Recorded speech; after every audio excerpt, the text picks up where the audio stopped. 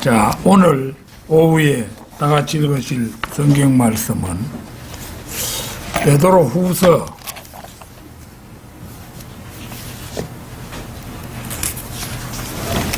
1장 15절에서 20절까지 말씀입니다. 베드로 후서 1장 15절에서 20절까지 말씀. 다 찾으신 줄 알고 받들어 읽겠습니다.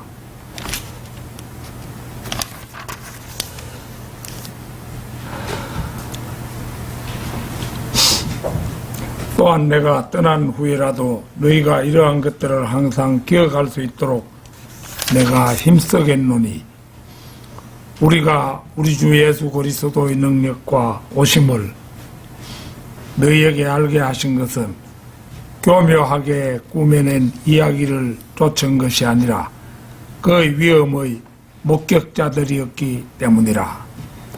지극히 큰 영광으로부터 이러한 음성이 그에게 들려오기를 이는 내 사랑하는 아들이요 그 안에서 내가 매우 기뻐하노라 하실 때에 그가 하나님 아버지로부터 존귀와 영광을 받으셨느니라.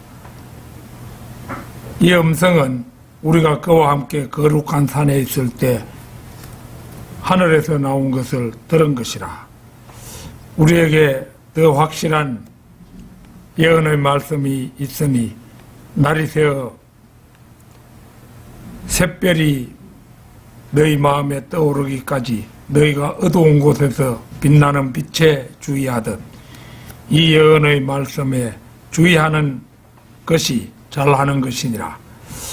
먼저 이것을 알시니 성경의 어떤 예언도 사사로운 해석에서 나온 것이 아니니 21절까지 읽겠습니다. 예언은 예전의 사람들의 뜻에서 나온 것이 아니요 오직 하나님의 거룩한 사람들이 성령으로 감동을 받아 말한 것이니라.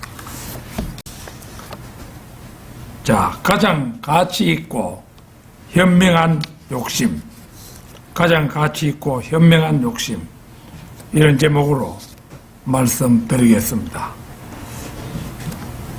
베드로 후서는 대부분의 학자들이 그 기록 연대를 AD 66년경으로 잡는 것이 보통입니다. 그러나 주님의 수제자였던 베드로가 언제 어디서 죽음을 맞았는지는 기록이 없어 현재로서는 확실히 아는 것이 없습니다. 우리는 다만 본문 말씀 바로 앞 14절에서 이는 우리 주 예수 그리스도께서 내게 보여주신 것 같이 나도 나의 장막을 떠날 때가 임박했음을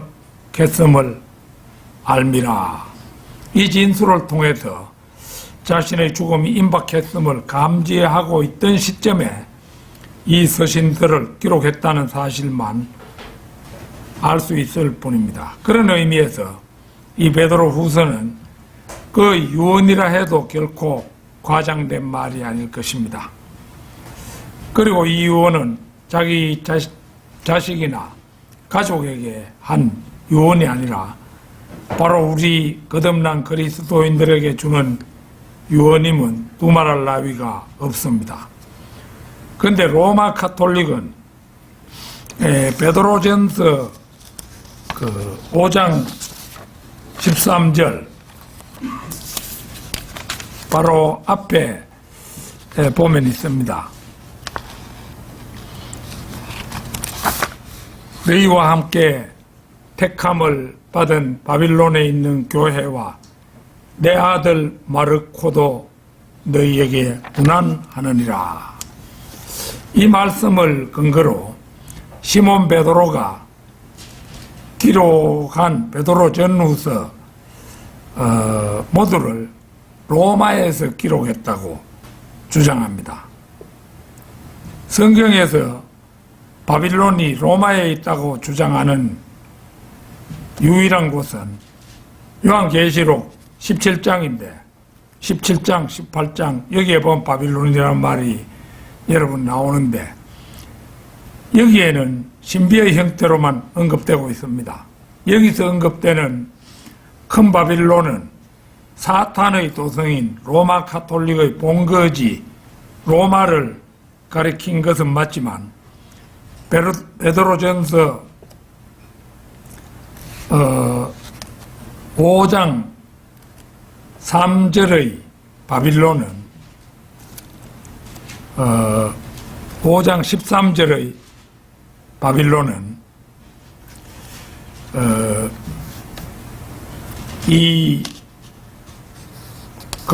로마 자체를 가리키는 말이 아니고 이제 베드로가 지금 이라크 땅의 바빌론 제국의 도읍을 가리킨 말로 해석해서 유대인들을 상대로 사역했음을 보여주는 대목이라고 할 것입니다.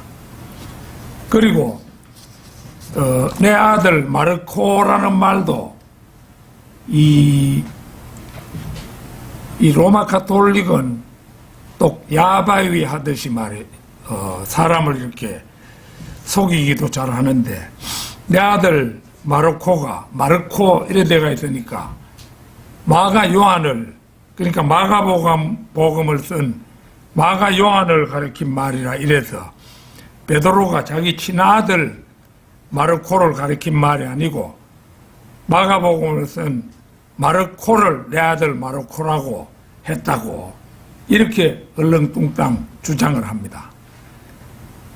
마가 요한은 바나바 사도의 집안 조카로도 널리 알려져 있고 사복음서 가운데 마가복음의 기록자이기도 하지요. 그러나 베드로는 유대인의 사도로서 그는 로마에 간 적이 없는 인물입니다. 그러나 로마 카톨릭은 베드로를 자신들의 초대 교황으로 받드는 무리이므로 약간 비슷한 것이 있다 싶으면 재빠르게 끌어다가 경강부회 그러니까 가당치도 않은 말을 억지로 끌어다 대어 자기 주장의 조건에 맞도록 함을 비유해서 하는 말이 경강부회라는 말인데 경강부회적인 주장을 해대는 집단입니다.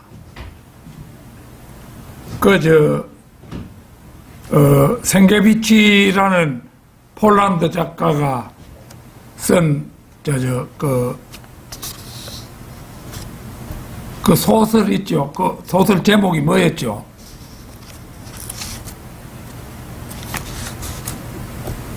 그 제목이 갑자기 평상시 잘 생각나던 것도 쑥 들어가 버리니까 생각 안 나는데 거기에 보면은 베드로가 로마에서 죽어서 로마 교황청 그 지하 감옥에 거기에 베드로 시신이 있다.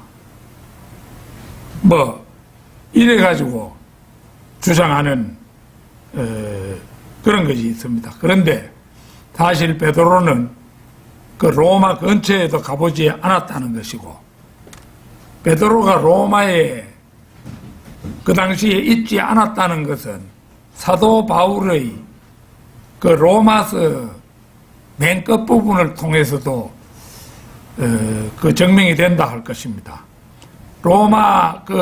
로마서 맨 끝부분에 수많은 사람들에게 안부를 전하면서 만일에 주님의 제자 베드로가 그 당시 로마에 있었다면은 인간적으로는 하나님 보시기에는 흠결이 많은 사람이라 하려니 모르지만은 인간적으로는 완벽한 사람이라 할 수 있는 사도 바울이 예수님의 수제자인 베드로에게 안부도 안 전하는 그런 일은 하지 않을 것입니다. 그렇기 때문에 베드로가 로마에 있었다는 그 말은 로마 가톨릭이 날조한 것입니다. 이 로마 가톨릭은 예수님의 어머니 마리아를 영원한 처녀라는 것을 강조하기 위해서 예수님의 아우들을 예수님의 사촌으로 둔갑시키는 그런 수법도 쓰지요. 그런데 사실은 이제 마리아가 성령으로 잉태해서 예수님을 낳은 후에 이제 그 다음부터 요셉과 잠자리를 같이 해서 최소 6명을 낳은 그런 여자인데, 이 영원한 처녀라는 것을 강조하기 위해서 그걸 사촌이라 이래가 날조하는 무리가 로마 가톨릭입니다. 오늘 저는 예수 그리스도의 수제자 베드로의 유언에 나타난 우리 인간의 가장 가치 있고 현명한 소망에 대해 살펴보고자 합니다. 가장 가치 있고 현명한 소망. 첫째, 가장 가치 있고 현명한 소망의 본질은 예수 그리스도의 왕국에서 상속받게 될 유업의 상입니다. 자, 15절을 보면요. 또한 내가 떠난 후에라도 너희가 이러한 것들을 항상 기억할 수 있도록 내가 힘쓰겠노니. 여기에서 이러한 것들은 바로 상속받게 될 유업의 상을 말합니다. 베드로는 눈앞에 죽음이 다가오고 있음을 보면서 이 서신서를 쓰고 있습니다. 즉 자신이 죽은 다음에라도 성도들이 이런 것들을 절대로 잊지 않고 기억할 수 있도록 마지막 순간까지 최선을 다하여 기록하겠다는 것이 그가 하는 말의 진의라고 할 수 있습니다. 우리가 잘 아는 바대로 시몬 베드로는 주님이 잡히시던 날 밤 닭 울기 전에 3번이나 주님을 부인하는 용서받을 수 없는 불경을 저질렀습니다. 그런 베드로에게 주님께서는 요한복음 21장 15절부터 17절에서 직접 베드로에게 들려주신 주님의 명령, 곧 내 어린 양을 먹이라, 내 양들을 치라, 내 양들을 먹이라는 3번에 걸친 명령을 주시며 그의 수제자로서의 위상을 회복시키시는 것을 볼 수 있습니다. 그는 이 주님의 명령을 결코 잊지 않고 있었으며 그것에 보장되어 있는 유업의 상을 조금이라도 놓치지 않으려고 힘쓰고 있는 것입니다. 이런 소망이야말로 우리 인간이 세상에 살아있는 동안에 가질 만한 가치가 있는 현명한 소망이 아닐 수 없습니다. 천년왕국에서 엄청난 유업이 주어진다는데도 구원만 달랑받고 주님의 일은 아무것도 하지 않는 사람은 그런 의미에서 어리석은 사람의 대명사라 해도 지나친 말은 아닙니다. 그가 진정으로 믿음에 의해서 구원을 받았다면 천년왕국에서 유업이 주어진다는 말씀도 가감없이 받아들여서 최상의 경주를 하여 유업의 상을 쟁취하는 것이 마땅한 일이 아니겠습니까? 골로새서 3장 24절 찾겠습니다.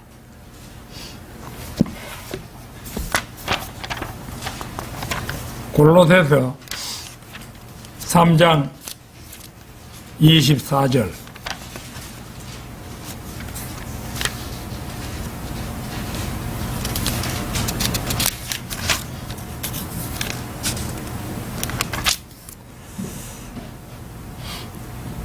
이는 너희가 유업의 상을 주께로부터 받을 줄 알미니 너희가 주 그리스도를 섬기고 있음이라. 그리스도인들에게는 이처럼 유업의 상이 있습니다. 히브리서 12장 1절도 찾겠습니다.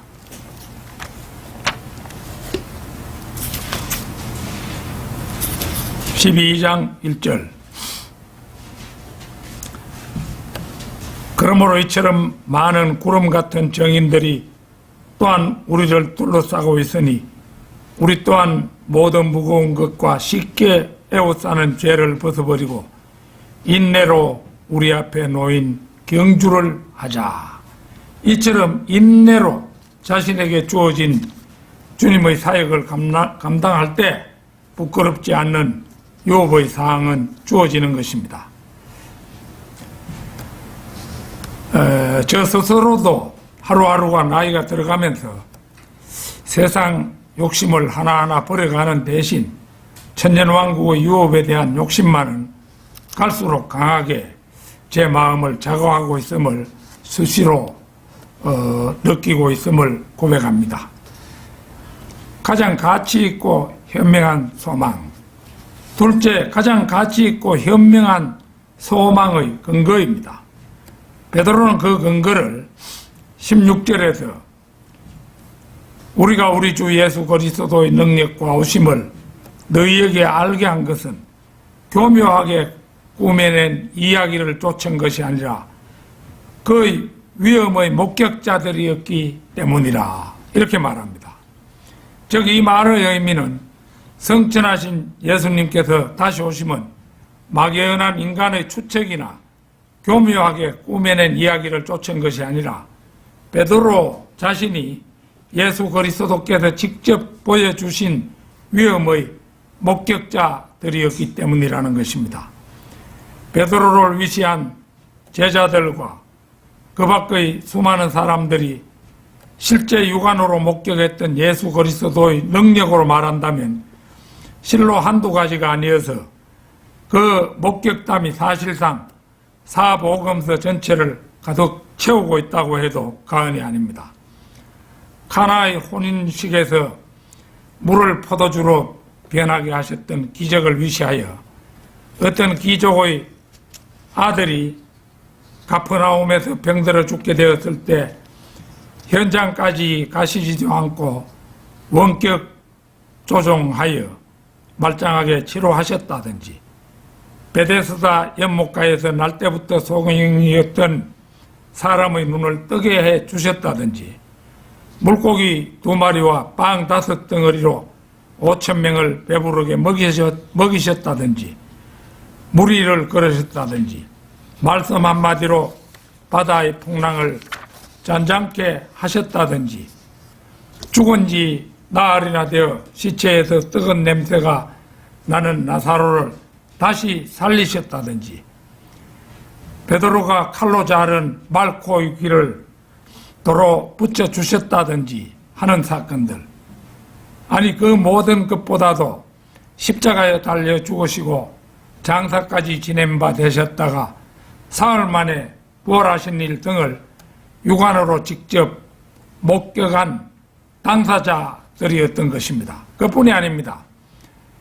베드로는 그분의 오심에 대한 예표를 두 눈으로 분명히 목격했던 정인들 가운데 하나였습니다.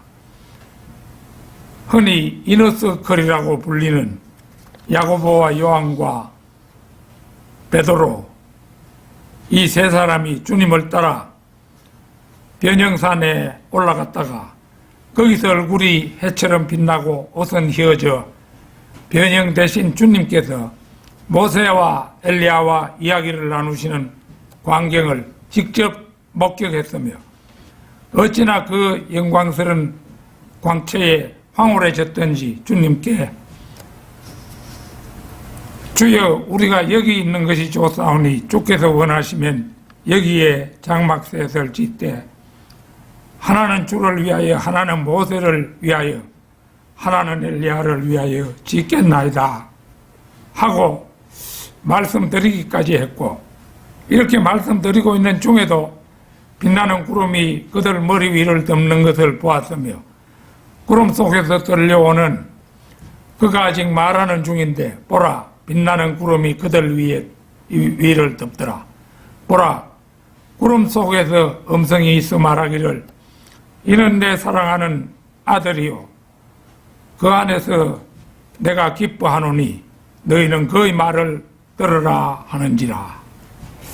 여기에 나오는 이 말은 이는 내 사랑하는 아들이요 그 안에서 내가 기뻐하노니 너희는 그의 말을 들으라.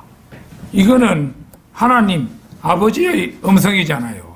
그 하나님 아버지의 음성을 직접 귀로 들었던 사람이 베드로입니다. 접근은 위험의 목격자로서는 더할 나위 없는 광경을 직접 보고 들은 당사자였던 것입니다. 가장 가치 있고 현명한 소망.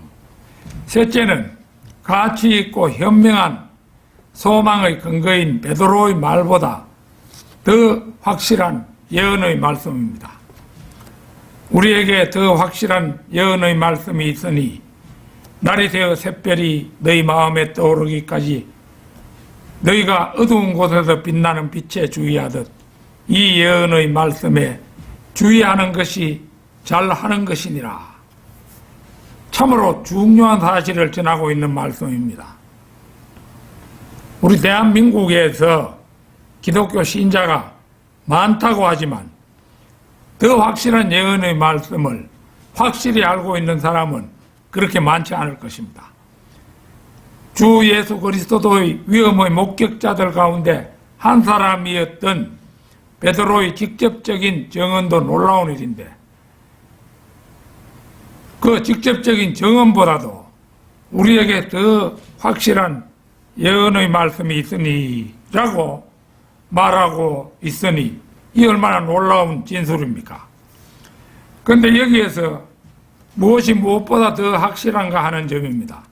단도직입적으로 이 말은 하나님 아버지께서 하늘에서 들려주신 직접적인 음성보다도 더 확실한 것이 바로 우리가 손에 들고 있는 가감되지 않은 바른 하나님의 말씀, 곧 한글 킹 제임스 성경이라는 의미입니다. 세상에는 걸핏하면 하나님의 음성을 들었다든지 하나님의 계시를 받았다든지 하나님께서 내 마음속에 말씀하셨다든지 하며 허풍을 떠는 자들이 참으로 많습니다.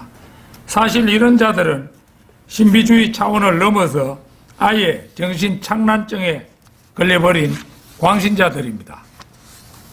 더러운 영에 사로잡혀 있는 오순절파 은사주의자들 가운데서 흔히 발견되는 정신병자들인데 입만 열면 한다는 소리가 어젯밤 꿈에 성령께서 내게 이러저러한 것을 보여주셨다든지 성령 충만하여 정신없이 방언기도를 하고 있는 중에 주님께서 환상 중에 나타나 이러이러하게 말씀하셨다든지 하는 말들은 이런 말들을 아무렇지 않게 짓거려대는 것을 우리는 자주 볼 수 있습니다. 이런 자들에게도 발견되는 공통점들 가운데 두드러진 점 하나는 바로 성경 기피증이고 성경 혐오증입니다. 그들은 성경을 아주 싫어합니다. 그들은 성경보다는 더러운 영이 보여주는 환각이나 마귀가 들려주는 환청을 훨씬 더 선호합니다. 이들은 이런 환각과 환청과 환상에 사로잡혀 보아야만 자기네들이 성령 충만을 체험했다고 믿는 자들입니다. 이런 헛된 몽유병에서 깨어나기 위해 그들에게 성경을 들이대면 한다는 소리가 아니 당신은 환상을 보지 못하세요? 성경보다 더 확실한 음성을 듣지 못하세요? 하고 오히려 이상하다는 듯이 고개를 갸웃거리며 심지어는 측은하다는 듯이 우리를 쳐다봅니다. 은사주의 목사들은 자기들 말에 신뢰의 가면을 씌우기 위하여 설사 성경을 읽고 인용하고 해석하고 적용한다 하더라도 자의적이고 아전 인수격이기가 십상입니다. 지금 베드로는 이런 자들에게 따끔한 경고를 보내고 있는 중입니다.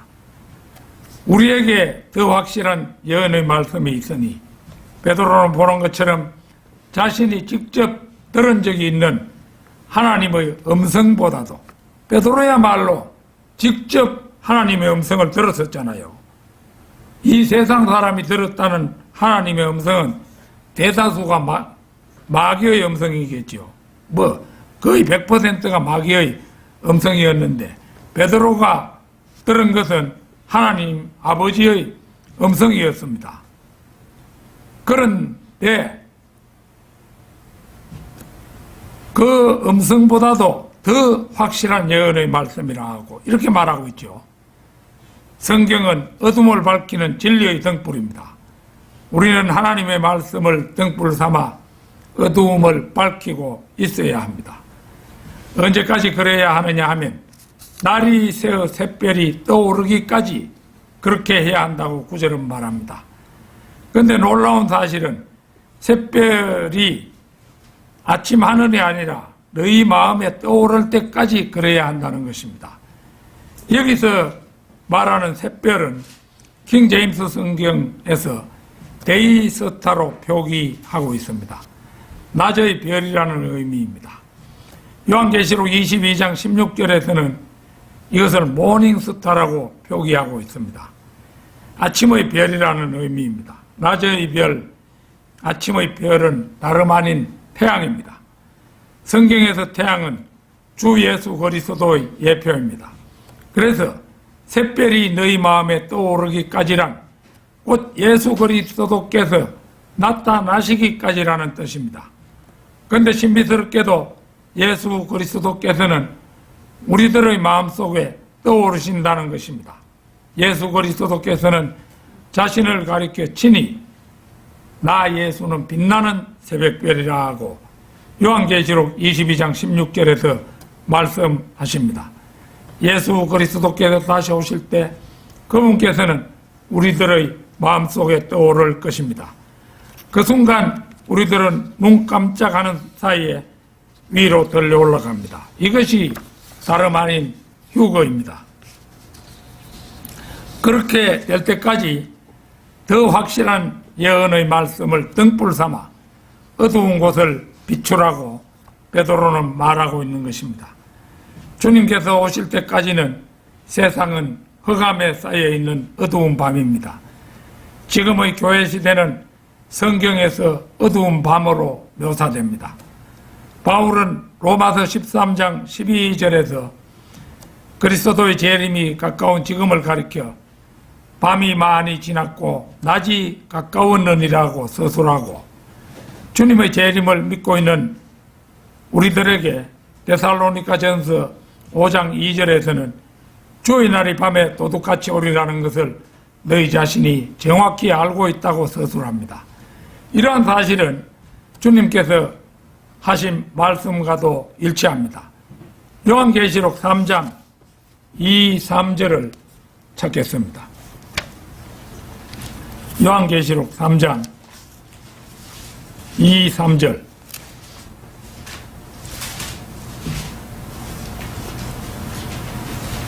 깨어있으라. 그리고 남아있으나 죽어가는 것들에게 힘을 돋워 주라. 나는 네 행위가 하나님 앞에 온전함을 발견치 못하였노니 그러므로 네가 어떻게 받았으며 또 어떻게 들었는지 기억하고 굳게 지키어 회개하라.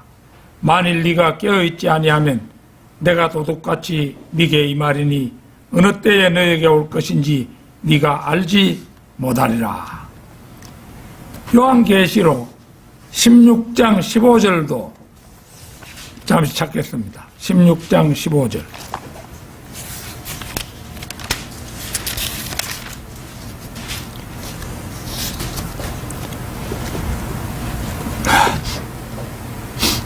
보라, 내가 도둑같이 오리니 깨어있어 자기 옷을 지켜서 벗은 채로 다니지 아니하고 사람들에게 자기 수치를 보이지 않는 자는 복이 있도다. 보는 것처럼 두 곳 다 모두 지금이 밤임을 시사합니다. 이미 구원받은 우리들은 빛의 자녀요 낮의 자녀이기에 영적으로는 밤이나 어두움에 속하지 않습니다.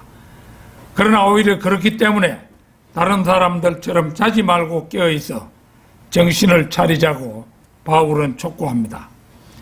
그리스도인들은 밤을 통과하고는 있어도 빛의 자녀이기 때문에 등불을 밝히고 있어야 한다는 것입니다.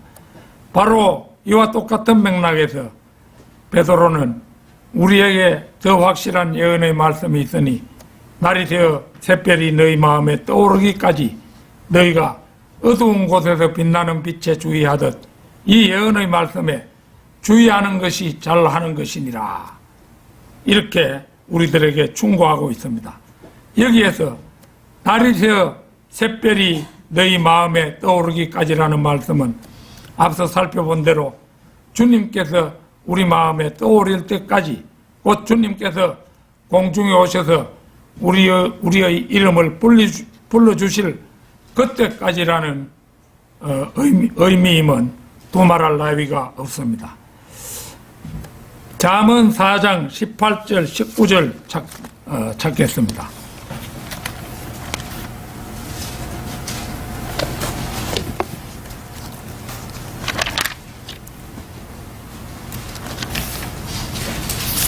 잠언 4장 18절 19절입니다. 그러나 의인의 길은 빛나는 빛같이 점점 더 빛나 완전한 날에 이르거니와 악인의 길은 암흑과 같아서 사람이 무엇에 걸려 넘어지는지도 알지 못하느니라. 의인의 길과 악인의 길은 이처럼 대조적입니다. 이런 가운데서도 하나님께서는 우리를 완전한 빛의 길로 인도하셨으니 이 얼마나 다행한 일입니까?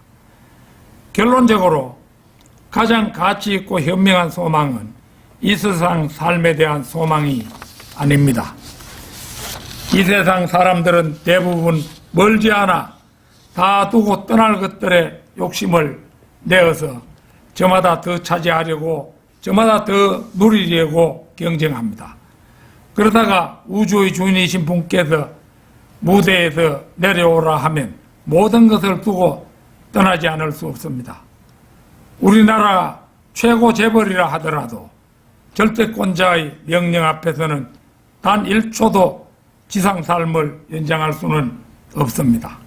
그러나 우리 그리스도인들에게는 이 세상 삶이 결코 목표가 아닙니다. 세상 사람들이 결코 보지 못하는 장차 다가올 세상의 삶이 곧 우리의 목표입니다. 로마서 8장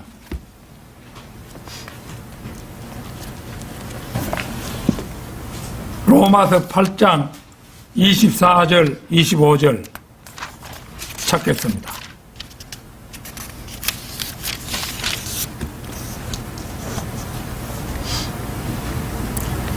이는 우리가 소망에 의하여 구원을 받았음이나 보이는 소망은 소망이 아니라 사람이 보는 것을 왜 바라리요? 그러나 만일 우리가 보지 못하는 것을 바란다면 인내로 기다릴지니라. 우리 그리스도인들은 혼은 이미 구원받았고 우리는 각자 스스로 그 사실을 압니다. 그러므로 우리가 바라는 것은 이제 혼의 구원이 아니라 몸의 구원입니다. 몸의 구원은 아직 이루어지지 않았고 다만 이루어질 것을 내다보고 있기에 그것은 소망으로 우리 안에 간직되어 있습니다. 우리 모두가 소망 가운데서 몸의 구속을 바라고 있는 것은 그것이 아직 눈에는 보이지 않기 때문입니다. 그래서 바울은 사람이 보는 것을 왜 바라리요? 이렇게 반문합니다. 그러나 만일 우리가 보지 못하는 것을 바란다면 인내로 기다릴지니라. 아직 이루어지지 않은 보이지 않는 몸의 구속을 바라고 있다면 그것이 이루어질 때까지 인내로 기다려야 하는 것은 당연합니다.